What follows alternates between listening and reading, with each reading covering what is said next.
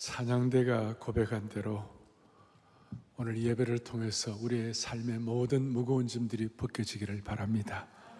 그리고 주님이 새 마음과 새 영과 새 몸을 부어주시면 좋겠습니다. 저는 지금 믿음의 그릇 시리즈 오늘 6번째, 또 이사야 25번째인데 이제 오늘 6번째, 7번째가 마지막이다. 다음 주를 갖고 오세요. 갖고 오시고 여러분, 우리가 지난번에 우리 믿음의 그릇이 자라야 된다고 말씀을 드렸죠. 잘 자라고 잘 성장하는 그릇도 우리가 오늘 말씀을 통해서 깨우쳐 주시는, 연합하지 않으면, 하나 되지 않으면 그 그릇이 깨어지고 그릇의 은혜가 새어나가는 것입니다. 그래서 우리가 믿음으로 뭉쳐야 됩니다. 부부도 뭉쳐야 되고 교회도 뭉쳐야 되는 것입니다. 그래서 오늘 국가적으로도 너무 중요한 시기고 또 세계교회사적으로도 다음 10월 27일 날 우리 W 세계복음조명총회 개회 예배가 여기서 열리는데, 이 모든 역사의 분기점 앞에서 우리가 이 말씀을 통하여 여러분 개인도 새로워지고 교회도 힘을 얻고 국가와 민족도 방향을 잡기를 소망합니다. 자, 오늘 저는 제목을 만민이 연합하여 기도하는 집이다 이렇게 했습니다. 이 말씀이 오늘 초신자들이나 또 오래된 성도들이나 모두에게 이 말씀이 생명의 언어가 되고 삶을 변화시키는 말씀이 되기를 바랍니다. 저는 한국 교회에 주신 큰 은혜의 자본 중에 하나가 이 말씀 자본이라고 생각하고, 또 한국 교회는 우리 선각자들, 신앙의 선배들이 성령으로 은혜가 충만하고, 또 대한민국이 가진 큰 축복 중에 하나가 이 한글이라는 독특성이에요. 우리는 한자와 표문자와 표의 문자를 다 쓰는 민족이에요. 세계사에 별로 없는 그런 독특한 민족이기 때문에 우리가 내 집은 뭐가 기도하는 집이다? 만민이 기도하는 집이다. 이 만민이 기도하는 집이라는 이런 뉘앙스를 그 히브리 원어에 거의 제일 가깝도록 잘 번역한 성경이 한글 성경이에요. 이게 은혜 받은 분이 번역을 했기 때문에, 은혜 받은 학자들과 은혜 받은 이 목사님들이 번역을 했기 때문에 이게 생명의 언어가 되었어요. 그래서 마음에 착착 달라붙어요, 이 단어가. 다시 한번, 내 집은 누가 기도하는 집이다? 만민이 기도하는 집이다. 그래서 오늘 첫 번째로 생각할 것은 내 집은 만민이 기도하는 집이다. 오늘 요절이 7절이에요. 7절에 이렇게 나와 있습니다. 다시 한번, 내 집은요 만민이 기도하는 집이라. 만민이 기도하는 집이다. 저는 어릴 때 교회 와서 아이들이 뭐 떠들고 그러잖아요. 그러면 교회 학교 교사들이, 야, 교회는 기도하는 집이니까 조용히 해야 한다. 그러면서 그 긴 짝대기를 가지고 떠드는 아이들을 이렇게, 그래서 어릴 때 내 집은 조용히 기도하는 곳이구나 그렇게 생각했는데, 그것도 뭐 틀린 건 아닌데, 오늘 본문에 보니까 내 집은 기도하는 집이기도 하지만 내 집은 만민이 기도하는 집이다. 만민이 기도하는 집이다. 마태복음에 예수님이 유언처럼 모든 족속과 언어와 백성, 모든 부류의 사람들이 와서 기도하는 집이다. 여기에 대해서 오늘 본문 6절에 이렇게 나와 있습니다. 나의 언약을 굳게 지키는 이방인마다. 이 이방인들이 기도할 때도 하나님이 응답해 주신다. 왜냐하면 당시에 이스라엘 백성들은 선민의식으로 아주 강고하게, 강력하게 이스라엘 백성들이만 예배드릴 수 있다, 이스라엘 백성들만 구원받은 존재다 그렇게 했는데, 아니야, 이제 너희들이 깨달아야 돼. 너희들은 하나의 표상으로, 축복의 근원으로 표상으로 세우시고 제사장 나라의 표상으로 세우시고, 이제 너희들이 깨달아야 할 것은 여러 이스라엘 백성들만 기도하는 집이 아니라 만민이 기도하는 집이다. 이걸 더 잘 이해할 수 있도록 오늘 3절에 이렇게 나와 있어요. 3절에 보니까 여호와께 연합한 이방인은 말하기를, 그러니까 이방인도 그냥 이방인이 아니라 하나님의 뜻을 알고 하나님께 주님이 구원자이신 줄 믿고 주님의 진리에 깨닫고 하나님의 백성이 된 이방인들, 그 이방인은 여호와께서 나를 그의 백성 중에서 반드시 걸러내시리라 하지 말며, 구별하고 아니다리 하지 말며, 그다음 뭐냐면 고사도 말하기를 나는 마른 나무라 하지 말라. 이건 같이 읽지, 여러분 같이 읽지는 않았는데, 이 고사는 환관을 말하는 거예요. 그러니까 그 어떤 그 신체적 결함을 가지고 있는 사람들은 과거에 율법에 보면 이방인들과 환관들과 고사들은 하나님의 총회에 들어올 수가 없다. 그런데 이 구원의 진리가 새롭게 있고 난 다음에는 이방인들, 구원받은 이방인들, 그리고 신체적으로 힘들고 어려운 사람들도 상관이 없이 다 하나님의 회중에 들어가서 하나님을 연합하여 예배할 수가 있다, 이렇게 말하는 거예요. 여러분, 고사 환관 가운데서 에티오피아 내시가 있었어요. 에티오피아 내시 아시죠? 사도행전에 보면 에티오피아 내시가 뭘 읽다가 이사야서를 읽다가 깨달은 진리를 가진 거예요.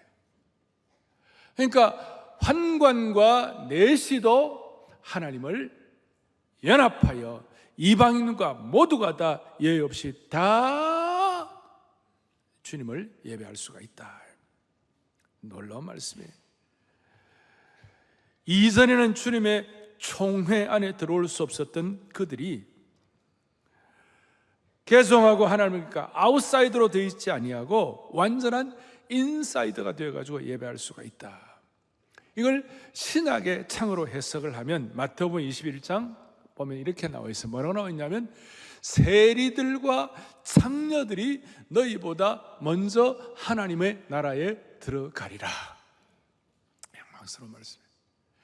그 당시에는 이게 충격적인 말씀이에요. 지금으로 말하면 교회에 오래되고 교회에 오래 다니고 뭐 교회 생활 익숙하고 몇 대째 내려오고 이런 사람들보다도 형편없이 처음이었습니까? 이런 사람들이, 형편없는 사람들이 교회 중직자들보다 하나님 나라에 먼저 들어간다. 이게 충격적인 말씀이에요.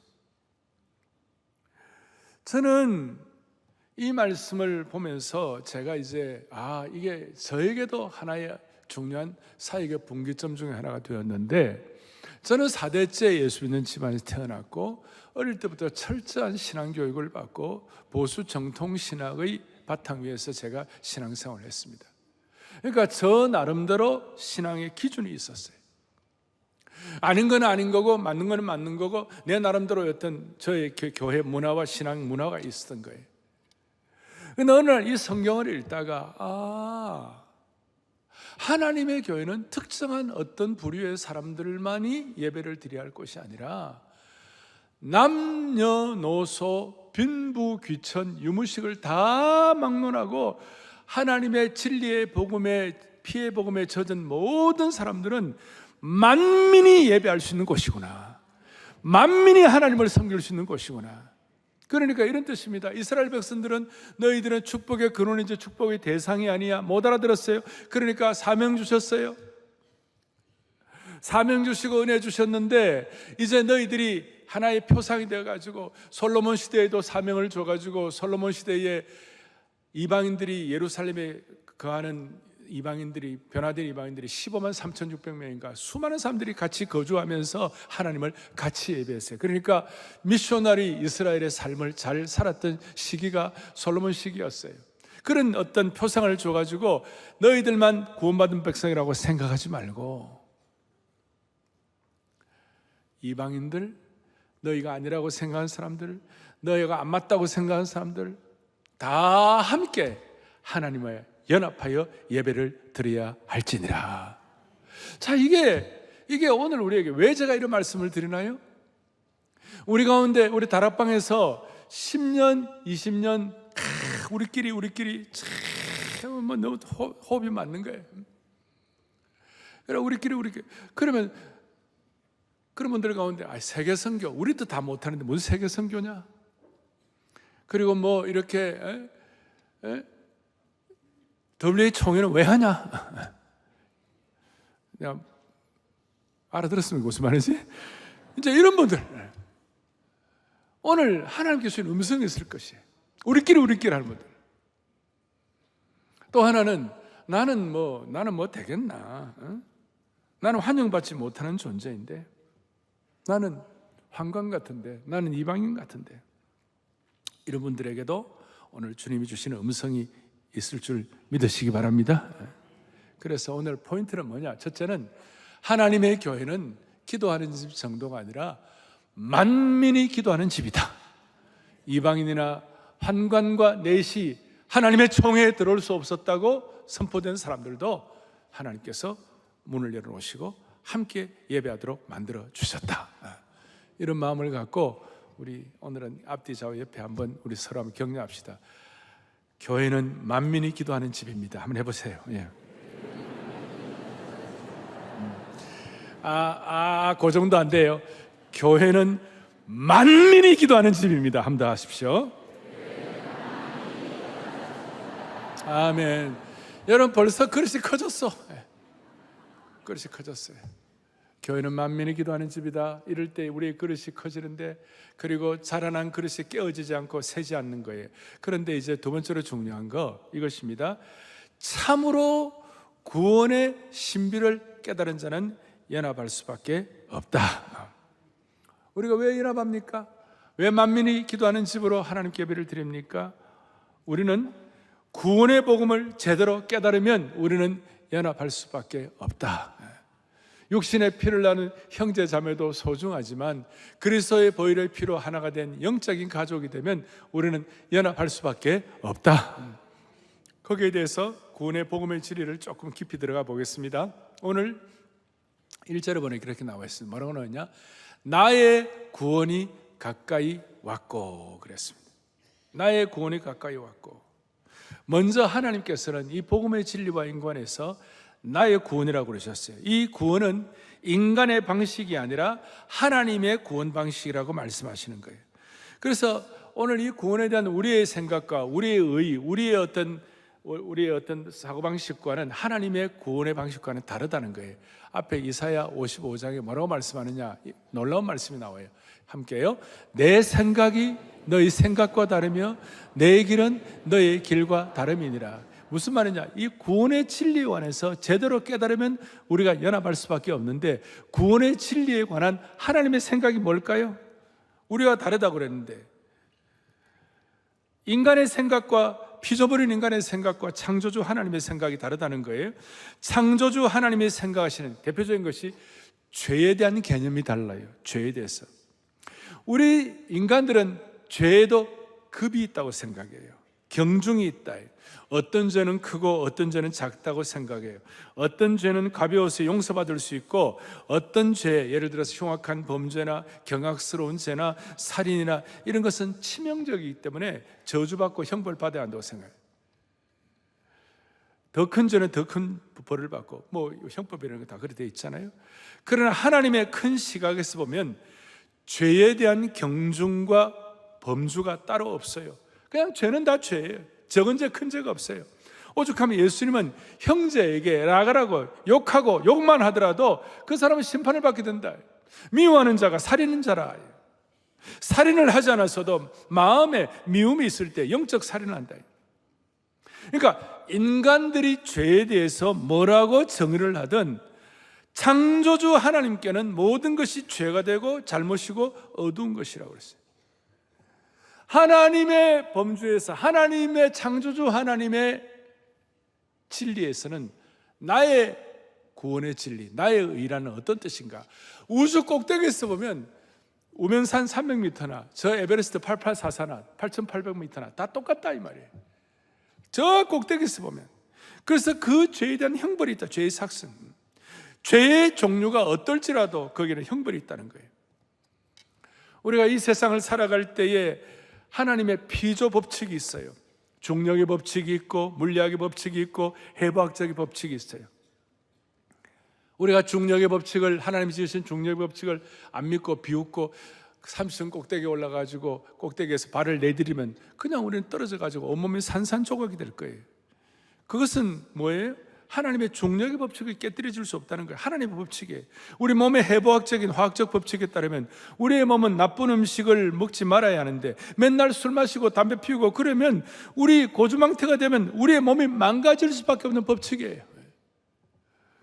그러니까 우리는 자기의, 우리 자기 생각으로 뭘 하는데, 하나님은 하나님의 의의 구원 방식, 우리는 우리의 구원 방식을 얘기하지만 성경은 분명히 말씀하는 거예요. 이사야 64장 6절에 보니까 뭐라고 말씀하느냐? 우리의 의는 다 뭐와 같으며 더러운 옷과 같다. 더러운 것 같다.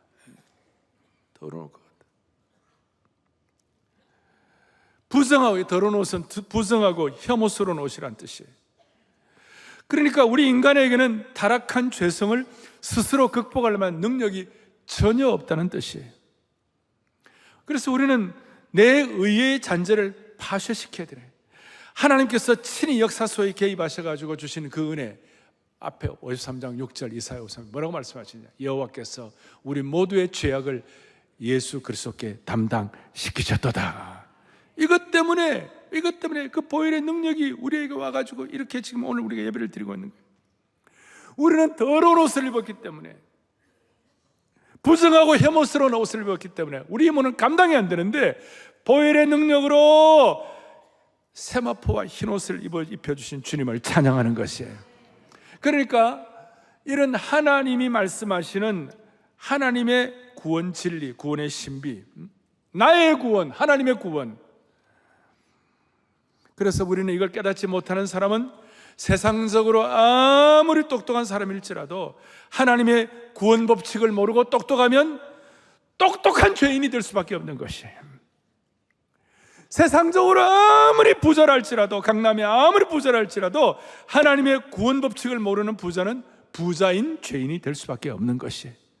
대단한 지식과 도덕과 뭐 이런 것들이 우리를 구원할 수밖에 없는 이유가 여기 있는 거예요. 제가 지금 대학과 관계를 해서 제가 대학의 교수들을 많이 보는데요, 진짜 대학교 안에요 똑똑한 죄인이 너무 많아.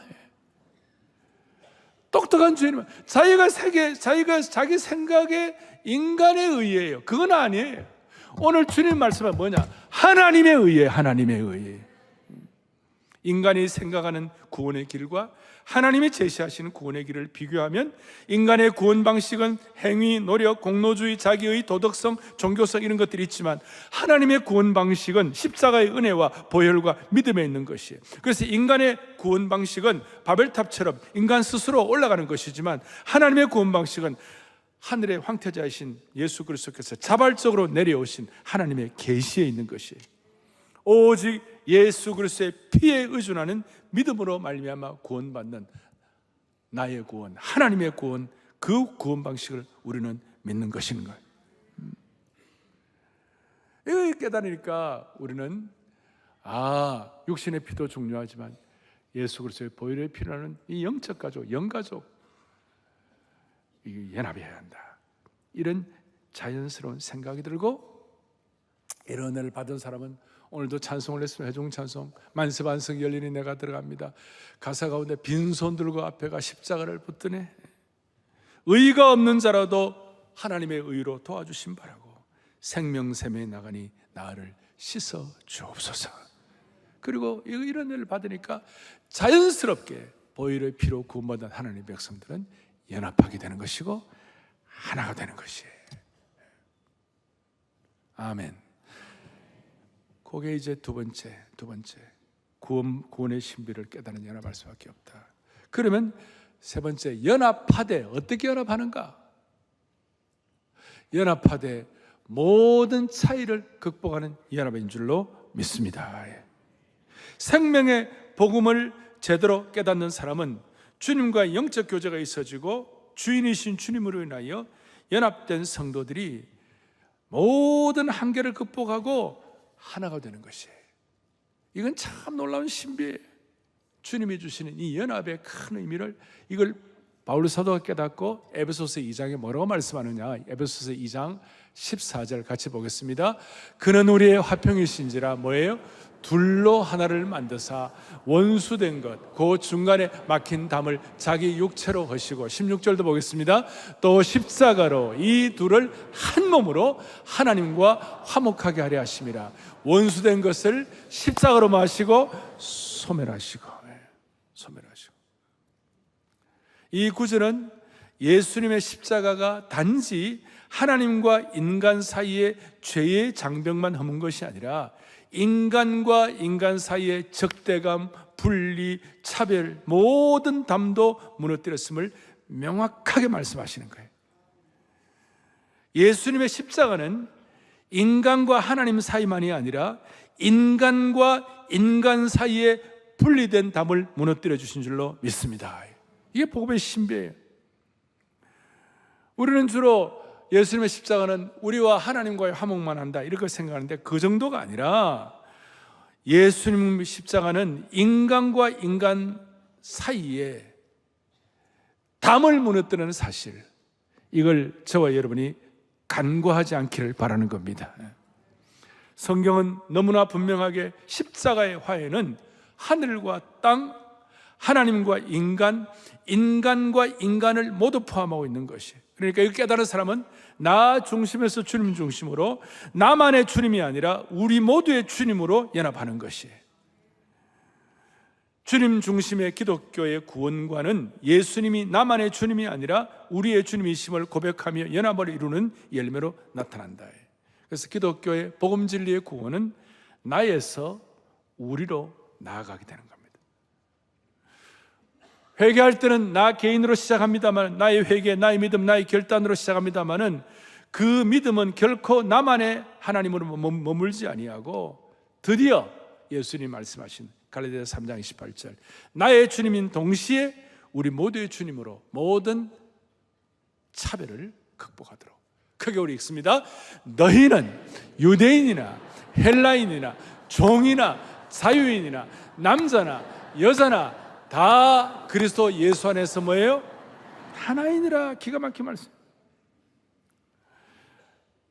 유대인은 헬란, 이방인과 유대인은 절대 넘을 수 없는 벽이에요. 종이나 자유인, 하나는 여기 종은 완전히 숨쉬는 짐승의 노예.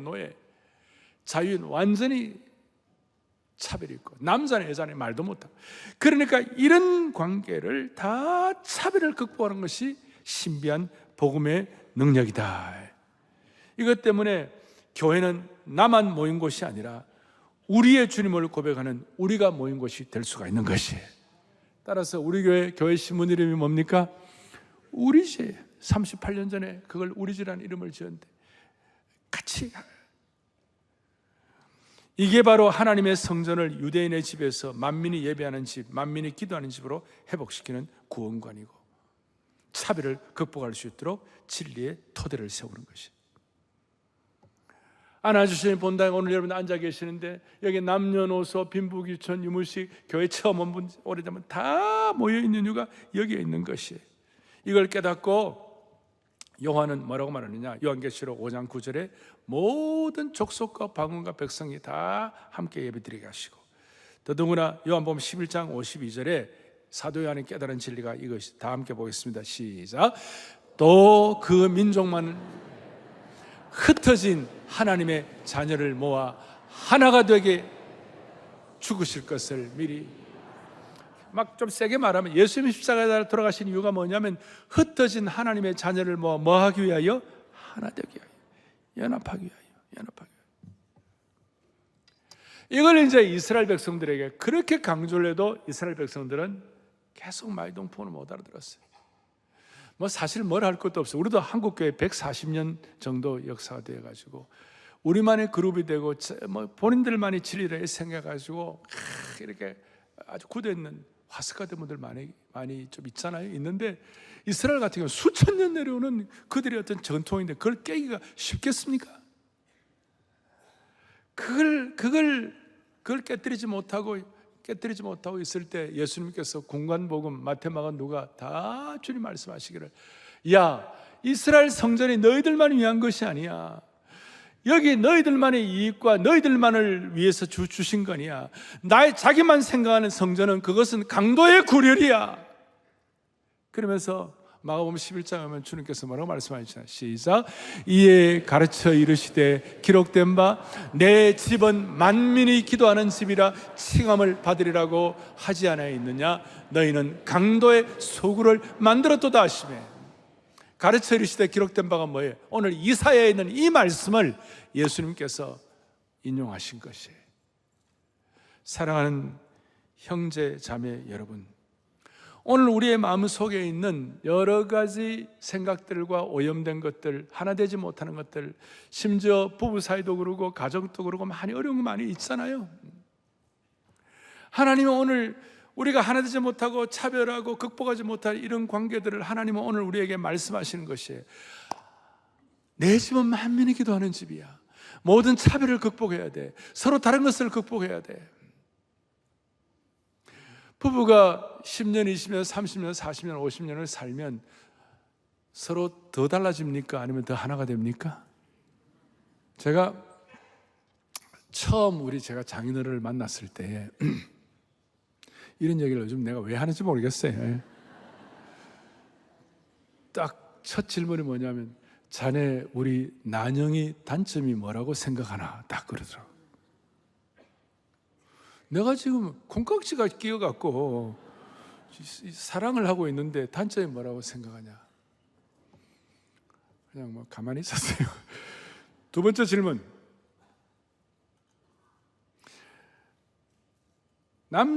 남편과 아내가 서로 싸울 때 자네는 어떻게 해결할 건가? 아니, 처음 만났는데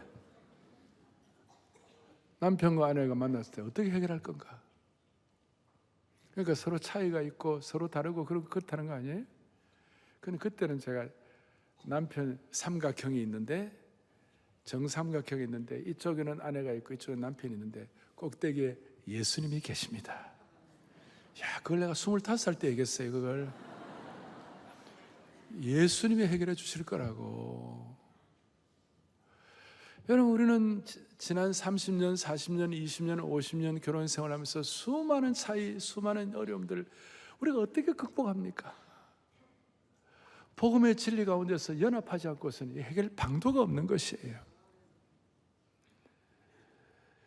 오늘 이 성전은 눈에 보이는 성전만 말하는 것이 아니고 눈에 보이지 않는 무형교회, 우리 자신이 성전이기 때문에 어린 양의 피로 구원받은 하나님의 성전, 여러분 하나님의 백성들은 배경과 성별, 지위, 나이, 인종의 제한을 받지 않고 차별을 극복해야 되는데, 그런데 복음이 있다고 그러면서도 신앙생활을 하면서도 편견이나 자기 교만이나 오만이나 자기 선입관이나 나와 다른 모든 것을 이방인 딱지로 붙이는 이 속성들이 있는 거예요. 제가 WA 세계복음주의연맹 총회 이걸 준비하면서요, 제가 어마어마한 고생을 하면서 한국교회가 이 차별을 극복하고 하나 되어야 하는 것, 자기의 어떤 그 편견과 자기의 어떤 확신에 쌓여가지고 그냥 힘든 사람들, 주여 이들이 하나 되게 하여 주십시오. 그래서 8절에 보니까 주님 뭐라고 말씀하시는가? 자기만의 성전을 짓고 있는 사람들이 너무 많은데 8절에 내가 이미 모은 백성 외에 또 모아 그에게 속하게 하리라 하셨느니라.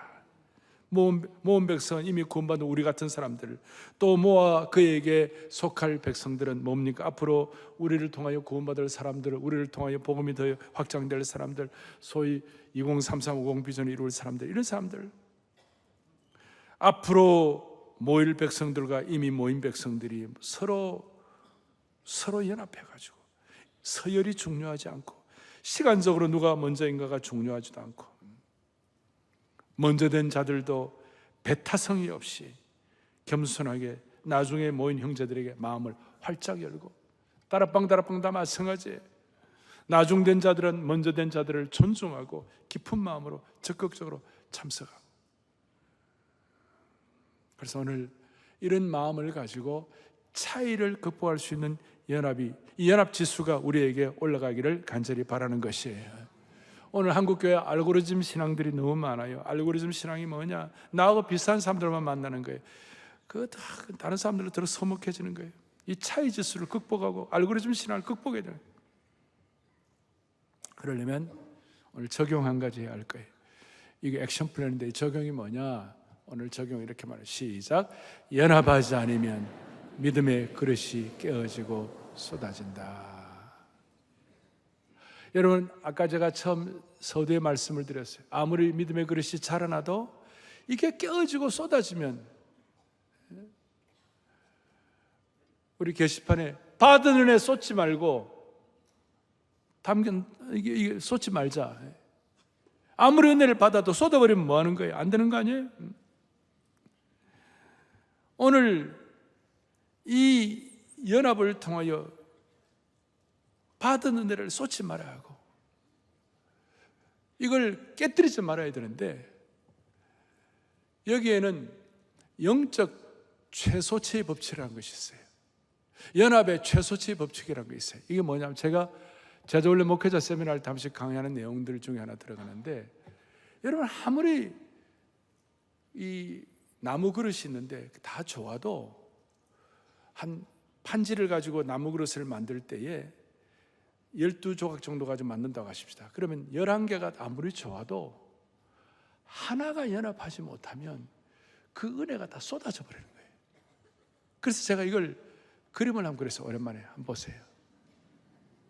저 은혜의 물이 얼마나 푸릅니까? 좋다 이 말이에요. 근데 저게 다른 것들은 다 잘 되어 있는데 연합하지 못해 하나가 저게 합류하지 못하고 낮아져 버리고 연합 지수가 낮아져 버리면요, 저 물이 다 새버리는 거예요. 오늘 이 예배를 드리면서 우리 모두에 하나님 은혜를 주셔갖고, 주님 복음과 진리 안에서 하나님의 사명 안에서 우리는 연합 지수 높여가지고 하나 되게 하여 주십시오. 한 마음 품어지게 해달라고. 어제 토요일 전 새벽 예배 때 우리 장로님 또 우리 순장님 청년 대학부 청소년 주일학교가 다 연합해가지고 어제 간증을 하는데요, 참 아름다웠어요. 목회자로 제가 너무 행복했어요. 연합의 그릇도 마찬가지예요. 아무리 좋은 달 항아리라도 한 부분에 깨어지면 밑빠진 독에 물 붓기식으로 다 새어나가는 거예요. 연합을 공고해야 되는 거예요. 그러려면 아까 말씀드린 이 차별이 없는, 차별을 극복하는, 다름을 극복하는 은혜를 주셔야 할 줄로 믿습니다. 오늘 제일 중요한 말씀을 이제 드리겠습니다. 여러분, 대한민국이 어떻게 이렇게 발전을 했습니까? 전 세계 교회 앞에 오늘 우리가 이런 예배를 드리는 이런 광경이 쉽지 않은 광경인데, 어떻게 이렇게 남녀노소 유무식 차별을 극복하고 이렇게 하나 더 예배를 드리신 이 기적을 주신 이유가 무엇입니까? 대한민국의 산업화와 민주화를 뭘로 설명할 것입니까? 여러 원인들이 있지만 한국 교회를 빼고 해석하면 답이 안 나오는 것이에요. 한국의 기독교 정신을 망각하고 이걸 해석하면 답이 안 나오는 것이에요. 흔히들 한국 사람은 똑똑해서 그렇다, 그래갖고 한국 사람 개인이 똑똑하기 때문에 뭐 지도자가 누구든 상관이 없다, 이승만 대통령 별거 없다, 이런 식으로 얘기하는 사람들이 많아요. 아니에요. 여러분, 사랑하는 형제자매 여러분, 대한민국은 본래 고려 다이내스티 조선시대 이럴 때에 우리는 어마어마한 차별이 있는 나라였어요. 양반이 아니면 인간 행세도 못하고, 조선시대에 아주 그냥 대부분은 상민이고, 거의 대부분은 상민이고, 반 이상은 처음엔 노예들이었고, 이 차별이 어떻게 극복될 수가 있는 상황이 아니에요. 나라가 발전할 수가 없는 거예요. 그런데 여러분, 이승만 대통령은 양녕대군 왕족 출신이에요. 그런데 그가 기독교에 귀의를 하고 기독교 정신을 보니까 기독교 정신의 최고의 가치 중에 하나가 뭐냐? 남녀노소 빈부귀천, 그리고 차별이 없는 것. 이걸 깨닫고 대한민국을 기독교 정신 위에 건국을 하게 된 것이에요. 이거 여러분 자세히 아셔야 돼요. 이 차별 없는 그의 기독교 정신의 나라를 일대 대통령한 그 은혜가, 여러분 저 세계 가보세요. 인도 물론 하겠지만 크게 발전하기 힘들어요. 필리핀도 힘들어요. 왜냐하면 그 귀족제도 너무 강고해요. 이슬람도 마찬가지고 인도의 카스트도 힘들어요. 그 차별을 극복해야 그런데 전 세계 대한민국처럼 한꺼번에 귀족제도가 없어지고 왕족이 없어지고 기독교 복음이 들어와 가지고 반상이, 양반과 상인이, 양반과 쌍놈이 같이 예배드릴 수 있는 유일한 은혜를 받은 나라가 대한민국이에요. 그래서 이만큼 발전하게 된 거예요. 지금 전 세계 지금 보세요. 자동차 만드는 나라, 조선을 만드는, 배를 만드는 나라, 반도체 만드는 나라, 심지어 방산까지 만드는 나라는 우리가 지금 유일해. 차별 없는 하나님의 은혜를 받아 예배드리고 기독교 정신으로 극복할 때 하나님이 이만큼 해 주신 것이에요. 아멘. 오늘 이 은혜를 가지고 우리 모두 연합의 가판 위에, 믿음의 그릇을 가지고 연합의 가판 위에 같이 올라가 가지고 믿음의 그릇이 커지고 하나님이 원하시는 은혜를 받기를 바랍니다. 차별이 없는 은혜를 받아갖고 우리는 그냥 이 얘기만 하고 마칩시다. 우리나라는 비빔밥 문화예요. 그냥 막 서양 사람들은요, 음식을 먹을 때 에피타이저, 메인 앙트레, 디저트를 따로 먹잖아요. 우리는 그냥 때려 먹는 거예요. 그냥 비빔밥 그냥 한꺼번에 다 하는 거예요. 그래서 비빔밥 그릇도 커요. 김밥도 그냥 때려, 그 안에 오만 것 다 넣어가지고 때려 먹는 거예요. 이게 우리나라 보따리 문화가 돼가지고 그 안에 오만 걸 다 잡아놓고 보따리 문화 해가지고 싹 해가지고 차별 없이 하나가 된 이민족이 됨으로 말미암아 이민족의 이 역사와 은혜를 지켜나가기를 바라고, 양반과 상민을 기독교 정신으로 극복한 이 축복이 이번 세계복음전명총회를 통해서도 세계 역사를 바꾸는데 우리 성도들 일조하고 이걸 통하여 대한민국 교회가 모두가 다 차별 없이 은혜로 연합하여 믿음의 가판 위에 올라가기를 소망합니다. 찬송 가운데 내 주의 나라와 찬송 가운데 2절에 내 주의 교회는 천성과 같아서 눈동자가 아끼사 늘 보호하시고, 4절에 성도의 교제와 교회의 위로와 구주와 맺은 언약을 늘 기뻐하고, 성도의 연합과 교회의 위로와 구주와 맺은 언약을 늘 기뻐하고, 이게 하늘의 영광을 주시는 거예요. 내 주의 교회는 내 주의 교회 천성과 같아서 눈동자같이 아끼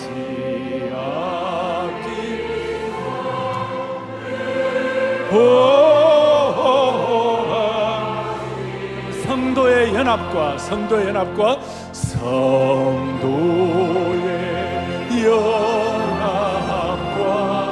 교회의 위로와 교회의 위로와 구주와 맺은 언약을 늘 기뻐함. 하늘의 영광과 베푸신 은혜가 하늘의 영광과 베푸신 은혜가 베푸신 은혜가 진리와 함께 영원히 시온에 넘치네. 아멘.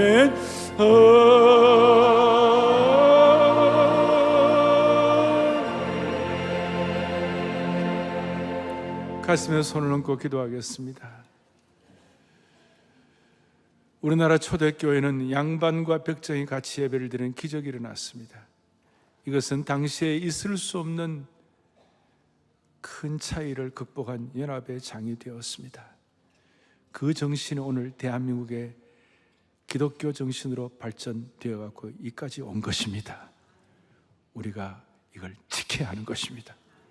하나님 아버지, 우리 사랑의 교회, 한국교회가 이런 구원의 진리를 바탕한 강력한 복음의 연합 벨트를 구축하게 하여 주시옵시고, 우리 가정과 우리 교회가 이 연합의 전진 기지가 되게 하여 주시옵소서. 모든 차이를 극복하고 복음의 르네상스를 열게 하여 주시옵시고, 우리 모두 함께 연합의 갑판 위에 올라가지고 연합의 원팀이 되어 하나님의 크신 사명을 감당하는 개인과 교회가 되게 하옵소서. 우리 주 예수 그리스도 이름 받들어 간절히 기도 올리옵나이다. 아멘.